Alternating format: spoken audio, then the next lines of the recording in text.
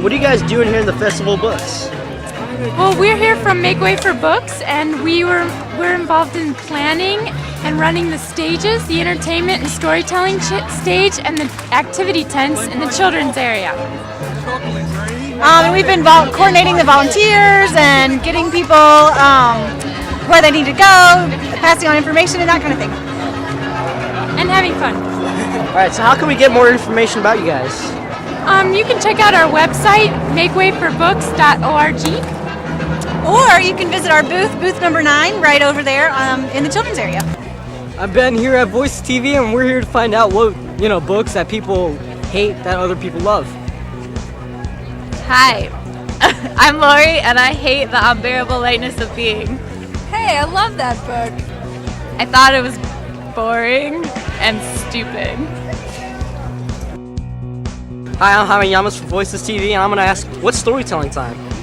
Storytelling time is every hour, on the half hour, on the children's storytelling stage back there.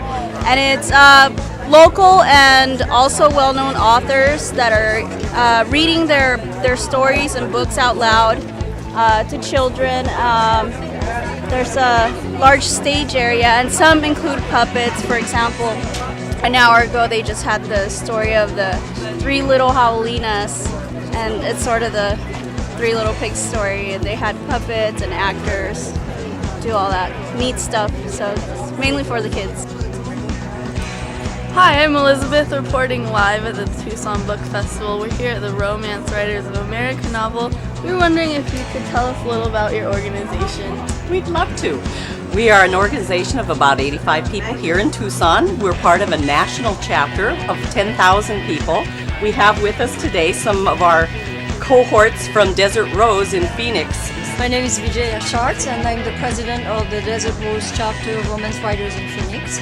I write science fiction romance along with pure science fiction and mainstream love stories and contemporary romance. I write right across the board. What are the good elements of writing a successful romance novel? First of all, you have to have a great character.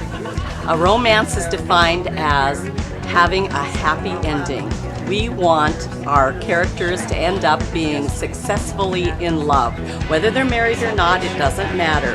But romance, by its very definition, implies the relationship between 2 people with a successful outcome at the end of the book. And the whole book is about the developing relationship of that couple and that couple alone. And that is what romance is all about. And romance is about hope and love and family and life. And that's what makes it romance different from traditional literary or from traditional women's fiction. We are guaranteed a happy ending and a happy read. And there you have it. This is my book, Time Rider. This is my very first novel. It is set in the Superstition Mountains. It's a time travel where the heroine goes back in time to find her hero.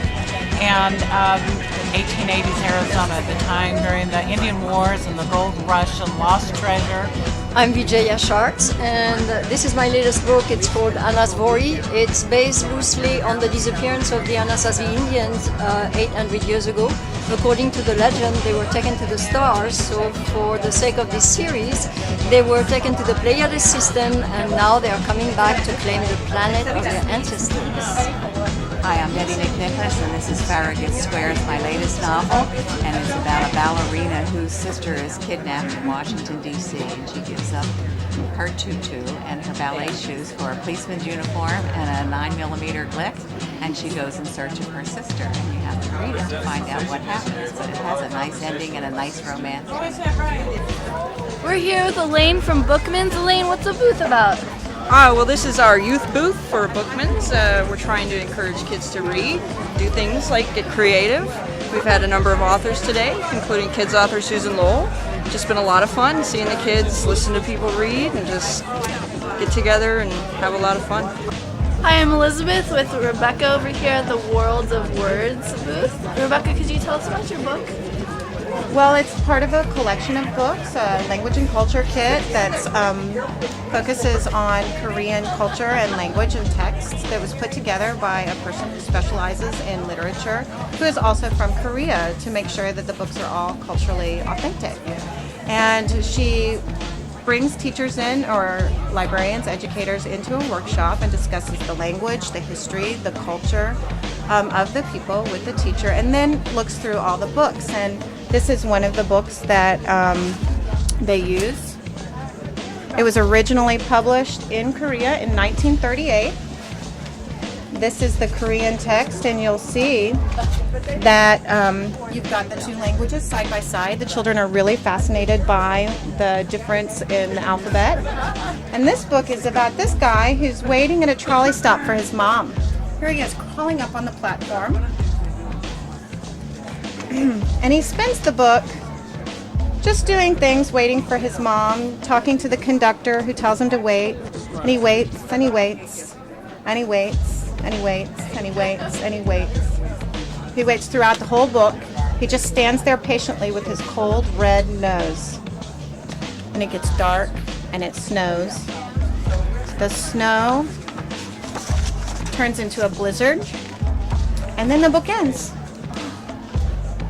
So a child that was reading this in one of the younger grades was really fascinated by this illustration and spent a number of days looking over this when he had his reading time. And what he discovered was, in this picture, the mother comes for the child. When this book was published in Australia, the press took this one portion of the illustration and blew it up and made the whole page the illustration. The value on trust between a mom and son is universal. In Korea, in the States, in Australia, all across the world, in Russia, we all value that mother-child trusting relationship. But we have different levels of ability to deal with the ambiguity in the text. So if you're looking at the book in Korean, it's very high context, which means you look at the context of the picture and you get what you need. We're very low context. We need it to be really stated for us. And so that's what you see, and the difference between the book that you get from Korea and the one you get from Australia. And the adults were not the ones to discover it. It was actually a child whose eyes were open to the world through this one little book. We are just developing our website. It's wowlit.org. W-O-W is words of words, lit.org. It has a database. About 10% of our books are online right now. We're working on increasing that. People can come and they can look and browse the books online and leave comments. Oh, I've used this book, or this is what I think about it.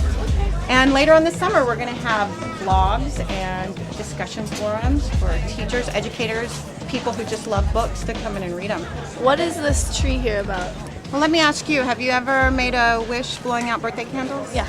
Or have you thrown coins in a well? Mm-hmm. In Rome, they throw coins in wells too. Children all over the world have different wishing traditions. If you've ever blown a dandelion for a wish, that's what they do in Ireland. So we're inviting children to learn about the world and commune with each other through the wishes that they make. And so we've had them write down their wishes on our bookmarks, and we're putting them on a wish tree, which is cool, sort of modified from a Chinese tradition of writing your wish on a scroll and hanging it in a tree. This one is, I wish that all kids have lots of friends. They're all different. I wish that people would stop polluting and littering so the world can be better. This is why my hands are covered in stamps, because we've been working with these all day. I wish I had the power to make more money so I'm rich. They come at all levels.